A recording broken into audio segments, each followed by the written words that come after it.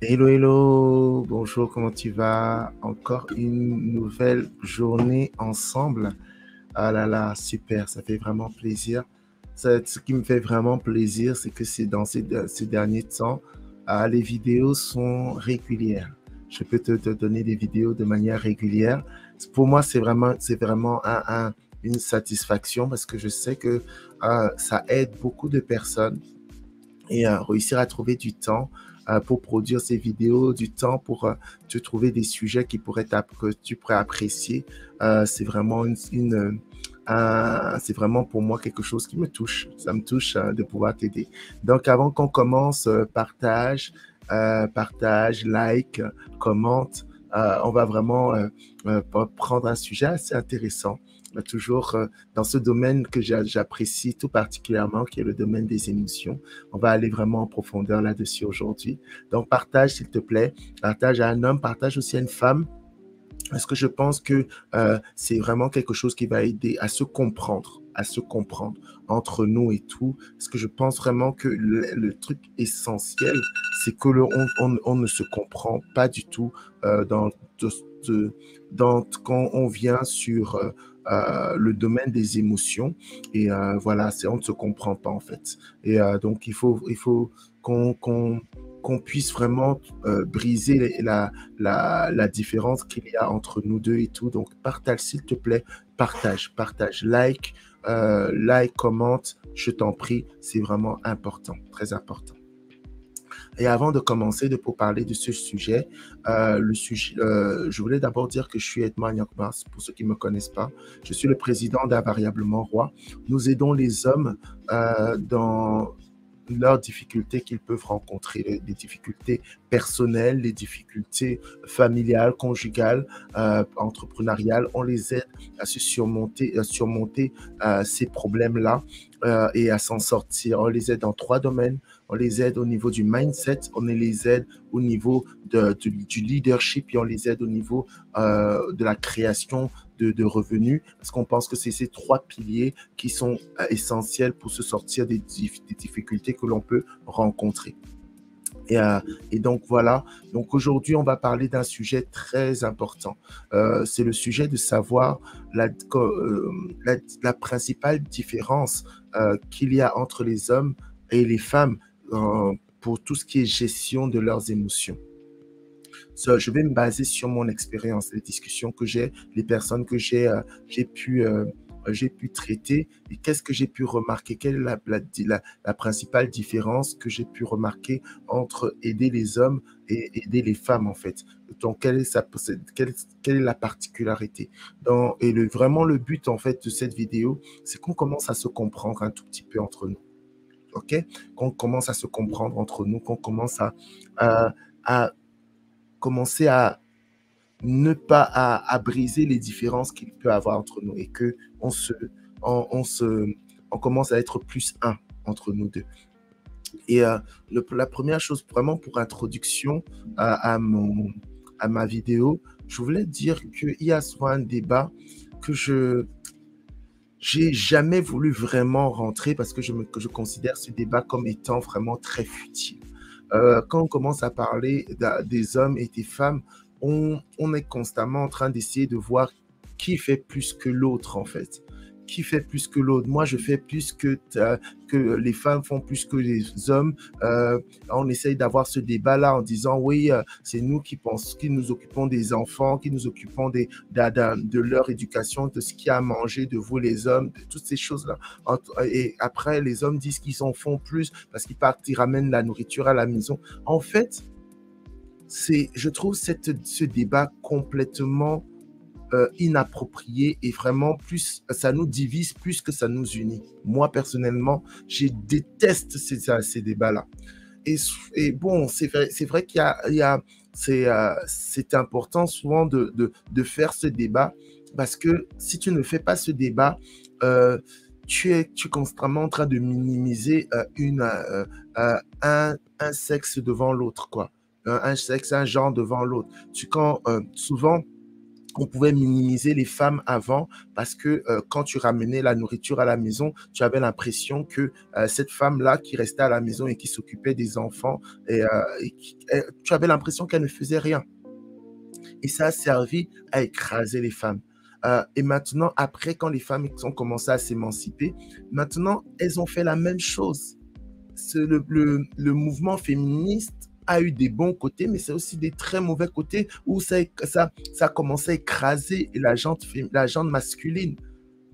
La jante masculine s'est sentie écrasée et c'est pour ça que très souvent, on ne voit plus on voit beaucoup de mères et célibataires, mais où sont les hommes? Et quand tu remarques, quand tu creuses, je ne veux pas dire tous, mais souvent tu vas tomber sur une femme qui ne va pas laisser de place à l'homme. Ne va pas laisser de place à l'homme. Comme avant, les hommes ne laissaient pas de place aux femmes. Et tu vois, comme je te dis, je trouve ce débat homme-femme je trouve ce débat homme-femme vraiment nul. Pourquoi? Je vais te donner un exemple assez simple. Prenons le basket. Je joue au basket, j'aime beaucoup le basket. Et si je prends mon type de joueur que je suis ce qu'on appelle un all-around player. Je suis un joueur qui joue, qui est pas très fort partout, mais joue partout. J'aime beaucoup passer, j'aime bien marquer des points, j'aime défendre, j'aime courir. Mais en fait, c'est le genre de joueur qui étaient des personnes comme Boris Dio. Pour ceux qui peuvent connaître, Boris Dio était un all-around player. Et c'est comme ça que moi aussi, je me fais plaisir. Pour ceux qui connaissent, c'est aussi des personnes comme LeBron James. Pourquoi il y a souvent ce débat entre LeBron James et Michael Jordan, Kobe Bryant? Parce qu'en fait, LeBron James, souvent, c'est un all-around player. Il fait tout bien. Lui, c'est vraiment la perfection. Il sait marquer, il sait passer, il sait prendre des rebonds, il sait courir, il sait tout faire bien. Ça, c'est des all-around players. Mais tu vois, en fait, c'est que tu as beau faire tout bien, mais tu as quand même besoin d'une personne qui est spécialiste qui est spécialiste de marquer à 3 points, par exemple. Mais ces personnes qui marquent à 3 points, souvent, ils ne sont pas des très bons défenseurs. Et ces gars ne ratent jamais. C'est dans l'équipe de Michael Jordan, tu avais des gars comme Steve Kerr. Tu avais des gars comme Ray Allen. Ray Allen qui a fait gagner LeBron James. Tu avais des gars comme Stephen Curry. Stephen Curry, ce n'est pas le meilleur défenseur. Mais c'est un gars qui, en fait, il te fait gagner des matchs parce que le gars, il réussit à te marquer des 3 points hallucinants. Le nombre de 3 points qu'il réussit à te marquer de loin, c'est juste hallucinant.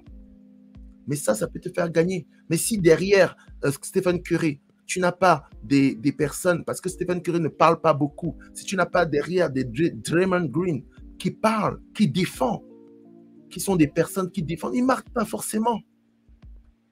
Au niveau de Michael Jordan, tu avais des all-around players comme Scottie Pippen et tu avais des défenseurs comme Dennis Rodman. Qu'est-ce que je veux te dire par là?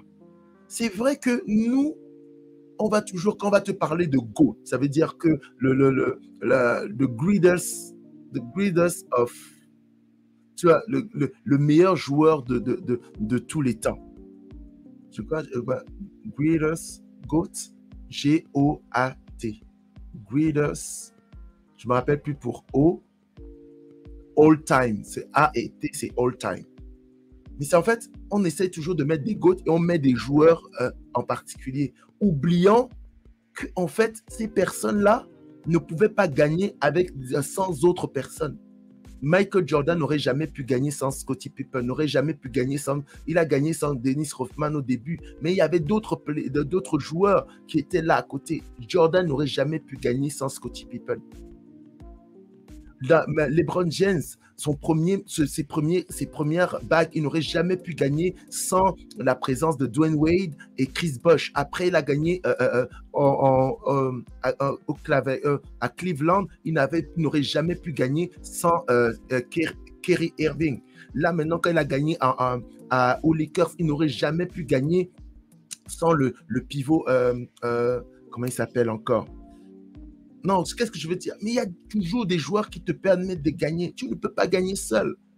Donc, en fait, comme je dis, j'ai pris un peu de temps dans ça pour t'expliquer que c'est un faux débat. Un faux débat d'essayer d'écraser l'autre en disant je suis meilleur que d'autres, les hommes sont meilleurs que les femmes sont meilleures que. C'est un faux débat. C'est un faux débat. Je voulais vraiment prendre cette parenthèse pour dire vraiment, travaillons ensemble. Travaillons ensemble. On n'est pas dans une famille est faite d'un homme et une femme. Et il faut apprendre à briser le mur qu'il y a entre les hommes et les femmes. Et arrêtons de penser que l'un est meilleur. On a besoin des deux. On a besoin de nous deux. Et donc, aujourd'hui, je fais ce débat-là sur les émotions parce que même au niveau des émotions, en fait, il y a ce débat souvent qui peut sortir de l'eau, mais qui émotionnellement, en fait, est-ce que la femme sera plus blessée émotionnellement ou l'homme sera plus blessé émotionnellement quand il y a une séparation? C'est ça, en fait. On pense souvent, on peut penser que la personne qui peut se relever le plus facilement, ce sont les hommes. On a souvent cette impression-là. Et en fait, je voulais prendre vraiment ce temps de parler parce que c'est une fausse vérité. Pourquoi c'est une fausse vérité? Parce que si les hommes se relevaient aussi facilement qu'on le croyait, ce ne serait pas les hommes qui se suicideraient plus que les femmes. 3/4 des suicides, ce sont des hommes. Si ce sont les hommes, je ne dis pas que c'est que des blessures émotionnelles qui causent, mais pour te montrer que tu peux, c'est forcément si tu te suicides, c'est que tu as un problème émotionnel. Forcément, je répète, si tu te suicides, c'est que tu as des problèmes émotionnels. Si tu veux comprendre cela, prends mon livre sur les émotions des hommes. Et tu vas voir les étapes de la prise de décision. Forcément, ça passe par tes émotions. Et donc, des émotions troublées vont forcément t'emmener à poser des actes qui ne sont pas bons, et notamment les actes de suicide. Mais si les femmes supportaient moins bien les émotions, elles se suicideraient plus. Mais c'est pas en fait, c'est pas ce que je veux dire. Je veux pas dire que les femmes sont meilleures que les hommes, non. Je veux dire juste que, en fait, le fait que l'on pense que les hommes traitent mieux leurs émotions, c'est pas forcément vrai parce que sinon, on aurait moins de suicides, on se suiciderait moins. Donc, dans la gestion des émotions, on va dire 50-50 avec les femmes. 50-50. Mais ce que j'ai remarqué, c'est que les femmes ont une arme secrète pour la gestion des émotions que moi j'utilise, qui m'a beaucoup aidé dans la gestion de mes émotions. Par contre, maintenant aussi, les hommes ont une arme secrète pour la gestion des émotions que je vais partager aujourd'hui et j'espère que ça va t'aider. Ça va t'aider en fait, ça va aider une femme dans sa gestion des émotions. Parce que je pense que ces deux clés-là, la clé qu'apportent les femmes et la clé qu'apportent les hommes, mises ensemble, elles sont juste magnifiques. Moi, personnellement, quand j'ai pris la clé des femmes et que je l'ai mise à ma disposition, et avec la clé que je savais déjà faire, waouh, ça m'a permis de très facilement maintenant gérer mes émotions. Mes moments de dépression étaient de plus en plus bas. Je réussissais véritablement à les éliminer de plus en plus. Et pour faire que ça passe jusqu'à ce que ça devienne complètement nul. Tu veux entendre cela?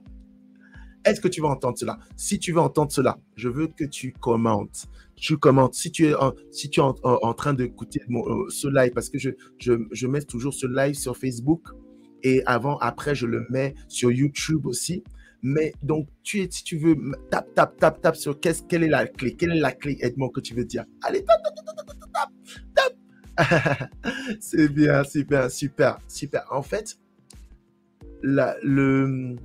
l'arme secrète qu'utilisent les femmes pour la gestion de leurs émotions, c'est le fait de parler.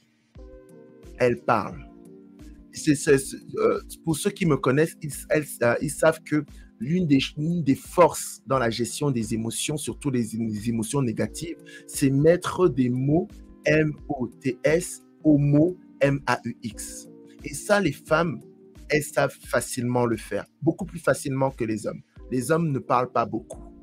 Ne parlent pas beaucoup. Les femmes le font facilement. Elles le font facilement. Et ça, c'est une arme secrète. Tu sais, quand on gère les émotions, souvent, en fait, quand on gère les émotions, quand on gère les couples, les relations, très souvent, les personnes qui vont écouter mes vidéos, ce sont des hommes, ce sont des femmes. C'est elles qui vont poser des questions, c'est elles qui vont me revenir, c'est elles qui vont creuser les choses, en fait. Très souvent, quand tu viens et tu parles des relations, les premières personnes que tu touches, ce seront toujours des femmes. La plupart du temps, bon, c'est ce que moi j'ai remarqué. Et quand moi, en fait, à un moment donné, je suis allé me plaindre chez mon mentor pour dire, mais moi, je traite les hommes, pourquoi les hommes ne viennent pas? Pourquoi les hommes ne viennent pas? Il m'a dit, en fait, sois au calme. Ce sont toujours les femmes qui viennent les premières. Ce sont toujours les femmes qui viennent les premières, mais parce qu'elles sont plus faciles à parler. Elles sont plus faciles à dire qu'elles ont mal, dire que ça ne va pas. Ça ne va pas. Et c'est une arme très puissante. Pourquoi, en fait? C'est une arme comme si tu avais une boule de pu sur toi et le fait de parler, c'est comme une aiguille qui vient percer cette boule et qui fait sortir le pu. C'est ça, en fait, la parole. C'est très, très puissant. Tant que tu ne parles pas, la douleur reste. Mais quand tu commences à parler, tu commences à évacuer tout ce qui est mauvais et qui essaye de stocker à l'intérieur de toi. Et je trouve que les femmes ont, avec leur facilité de parler, elles ont cette capacité que les hommes n'ont pas à évacuer plus facilement les douleurs émotionnelles qu'elles ont. Et des femmes ne peuvent pas rester entre elles, parler pendant des heures sur des sujets pour et que ça les aide à évacuer. Moi, je suis aussi au niveau d'une association, une association qui gère les femmes qui vivent des moments difficiles. Oh là là, c'est tous les jours. Cette association reçoit des messages de femmes qui veulent avoir des entretiens. Mais nous, les hommes, c'est un peu plus compliqué. Je ne peux pas te dire le nombre de messages que j'ai, mais je peux te promettre que ce n'est pas le nombre que je vois de l'autre côté de femmes. Et tout, même si ce n'est pas moi, j'ai géré cela pendant quelques jours et tout, pendant qu'il y a celle qui s'occupait de la gestion des messages entrant, étant en vacances. Je dis, waouh, le nombre de messages par jour. J'étais juste, c'était juste waouh, quoi. C'était juste waouh. J'ai dit non, c'est ça la différence entre nous, hommes et femmes. On n'arrive pas à parler, nous les hommes. Mais, par contre, contrairement à ce qu'on peut penser, les hommes ont aussi une arme secrète. Dis arme secrète des hommes, arme secrète des hommes, arme secrète des hommes. Les hommes ont aussi une arme secrète. Qui fait que, en fait, si tu combines avec l'arme secrète des femmes, tu vas te rendre compte, en fait, que ces deux clés-là, c'est comme les deux jambes pour marcher. Et ce sont les deux jambes que si tu commences à les utiliser, tu te sortiras très facilement de tous tes problèmes émotionnels. Je pense que même avec cette vidéo, tu prends juste cette vidéo et tu la mets en pratique dans ta vie, je suis sûr que tu te sortiras de toutes tes dépressions, de toutes tes dépressions et de toutes tes burn-out que tu peux avoir. Tous tes problèmes émotionnels, si tu en tiens compte de cela, tu te sortiras. Et c'est ça, et tu vas te rendre compte que c'est un des principaux problèmes chez les femmes. Mais c'est une arme secrète des hommes. L'arme secrète des hommes, c'est qu'ils ont une mémoire sélective. Ils réussissent à oublier très vite. très vite le mal qu'on leur a fait. Très vite. Et à se projeter vers l'avant. Tu lui as fait du mal, comment dire, le seul fait que souvent les hommes peuvent rester en arrière, c'est quand la blessure, elle est très, très profonde. C'est dur pour un homme d'avancer après ça. Mais par contre, malgré cela, bien traité, un homme avance peut se relever très rapidement parce qu'il a oublié. Pas oublié, il décide d'avancer, de laisser tomber et d'avancer. Il décide de laisser tomber et avancer. C'est une arme puissante. Parce qu'en fait, il faut savoir que les émotions, surtout les émotions négatives, elles ne sont pas juste déclenchées par rapport à ce que tu vis sur le moment T. Elles sont aussi déclenchées par les souvenirs que tu as pu d'un traumatisme. Je répète, les émotions négatives ne sont pas souvent déclenchées que parce que tu vis à l'instant T. Elles sont aussi déclenchées par les traumatismes que tu as pu avoir. Et donc, quand tu gardes en mémoire les choses que tu as pu vivre, donc, le jour que tu vas te remémorer ce que tu as vécu, ça va aussi redéclencher la mémoire, les choses que tu as vécues. C'est ça. Donc, l'arme secrète que les hommes ont, c'est soit en fait, ils oublient vite. C'est pour ça que tu peux venir devant un homme. Tu dis, en année 1999, le 14 mai 1999, à 10h36, tu as dit ça. L'homme va te regarder. J'ai dit ça? Bon, je ne me rappelle plus. Et c'est comment les femmes sont constamment en train de dire, mais tu as dit ça, je te promets, tu as dit ça, tu as dit ça. L'homme, il est là. Je ne m'en rappelle plus. Mais en fait, et tu vois, en fait, toi, comme l'homme, il l'a dit, en fait, après toi, tu es, comment dire, tu t'attends à ce que l'homme derrière, comme il a dit, en fait, il réagisse d'une certaine manière. Mais lui, il a oublié. Il a oublié. S'il t'a peut-être, il t'a dit un mot déplacé à ce moment-là. Mais toi, tu veux, par exemple, qu'il se repente, qu'il te dise pardon, et que chaque fois que tu y repenses, tu veux qu'il te dise pardon. Mais lui, il a oublié. Tu lui rappelles quelque chose que c'est plus dans sa tête. Et ça, c'est une puissante clé, en fait. C'est une puissante clé que je peux donner aux femmes. Je vous le dis, à un moment donné, il faut décider que vous ayez une date de péremption dans votre tête. Une date de péremption. Et se battre pour que cette date de péremption, tu ne manges pas ce qu'il y a après cette date de péremption. Cette date de péremption, ça peut être 1 an. 1 an. C'est-à-dire que, OK, tout ce qui est au-delà de 1 an, je n'y pense plus. Pas que je n'y pense plus, parce que on ne fait pas exprès d'y penser pour vous les femmes. Mais j'ai décidé pour moi, je tire le meilleur de cela. Tu essaies de trouver des excuses. Je tire le meilleur. Ça ne doit plus être un truc qui me rabaisse, mais un truc plutôt qui m'élève. C'est pour ça que, en fait, moi, personnellement, j'ai tellement de facilité à parler de mon passé. Tellement de facilité à parler de ce que j'ai pu faire, de parler de mes dettes, de parler de mon moment où j'ai commis une violence conjugale, parler de mes dépressions, parler de mon burn-out, parler de toutes ces choses-là, parler de ma séparation, parler du fait que, non, c'est facile pour moi d'en parler parce que, en fait, pour moi, ce sont des bons souvenirs. Ce sont des bons souvenirs parce que j'ai avancé. Je ne suis plus la personne dont je parle, en fait. Je ne suis plus celle-là, en fait. Je te parle pour te donner des clés, mais je suis plus cette personne qui se bat avec la colère. Non, j'ai vaincu cela. Je suis plus cette personne qui est frustrée, à cause du fait de la perte de sa famille. Non, je suis plus cela. Je suis passé à autre chose. Maintenant, ma famille, c'est que des bons souvenirs. Tu vois? C'est que des bons souvenirs. Maintenant, moi, je garde que des bons souvenirs. Tu vois? C'est ça, en fait. Je ne suis plus en train de essayer de regarder et dire waouh. Je peux avoir toutes les raisons.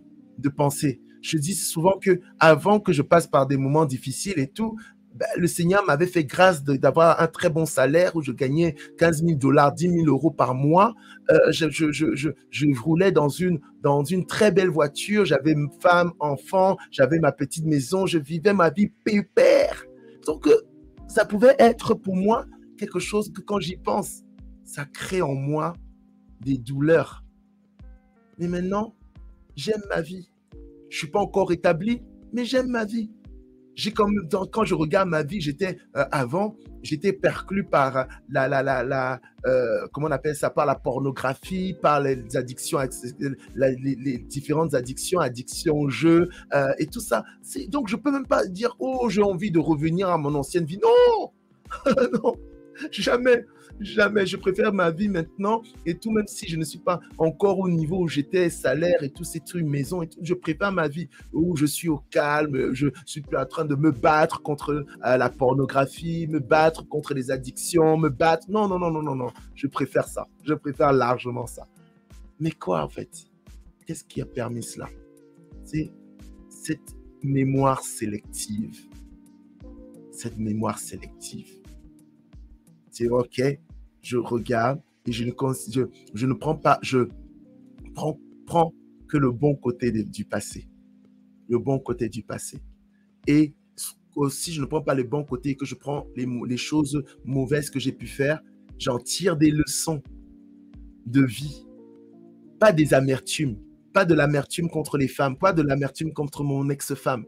Pas de l'amertume contre tout ça. Non, je n'ai pas d'amertume contre tout cela. Non, que de la joie. Tu vois, en fait, tu vois, tu vois la puissance que c'est, la combinaison d'être capable de mettre des mots, M-O-T-S à mes mots, M-A-U-X. Quand j'ai mal, je dis que j'ai mal. Je ne fais pas comme si je suis super mal. Ah, mes mentors me connaissent. Quand j'ai mal, ils savent que j'ai mal. Je dis que j'ai mal. Je suis un vrai enfant devant mes mentors, mes pères spirituels. Je suis un vrai bébé. Et après, maintenant, quand j'ai réussi à me libérer et tout, mémoire sélective. Je garde que le bon. Oh, j'espère que ça va aider quelqu'un. Partage, je t'en prie. Partage, partage, partage, partage, partage. Je t'en prie. Like, commente, partage. Je t'en prie. Ça va aider quelqu'un. Je t'en prie. Donc voilà, ça c'est les deux clés. C'est la principale différence entre les femmes et les hommes pour toutes ces gestions des émotions. Mais toi, en fait, si toi tu en connais d'autres et tout, essaye de les mettre dans les commentaires, je t'en prie. Mets-les, comme ça là, moi aussi, je vais grandir et tout, et je veux pouvoir me sortir de là. Mais voilà, voici comment je m'en sors. C'est pas si dur, hein? Voici comment je m'en sors. Si tu ne peux pas mettre cela en place, et si tu as des problèmes, on est là, on est là. Clique sur me voir, prends rendez-vous, on va se parler. D'accord? On va se parler. Prends rendez-vous avec moi. Il y a mon livre. Mon livre est une bénédiction pour plusieurs. Prends mon livre. Prends mon livre et tout pour que tu puisses t'en sortir. Prends mon livre. Il y a mes cours que j'ai sortis. Bientôt, en fait, on est en train de travailler fort. Il y a quelque chose qui va commencer. Je te donne déjà des dates. Normalement, le 17 octobre prochain. Garde la date. Il y a quelque chose qui va commencer le 17 octobre prochain. Je vais commencer à communiquer sûrement, on va dire, dans une semaine ou deux parce que je dois travailler avec mes équipes. Mais ce sera pour les hommes, bien sûr, pas pour les femmes, juste pour les hommes. Mais ce sera l'occasion que toi qui m'écoutes, si tu es une femme, va poker tes hommes. Va poker tes hommes. Va les prendre et fasse en sorte qu'ils fassent partie de cela. D'accord? Comme je te dirai plus bientôt. Je dirai plus bientôt. J'ai pris plaisir à ce live, vraiment pris plaisir à ce live. J'espère que c'est pareil pour toi et tout. Donc, j'attends vraiment ton like, j'attends vraiment ton commentaire, j'attends vraiment ton commentaire et surtout ton partage aussi. OK? Allez, prends soin de toi. C'était Edmond Nyangma. Ciao.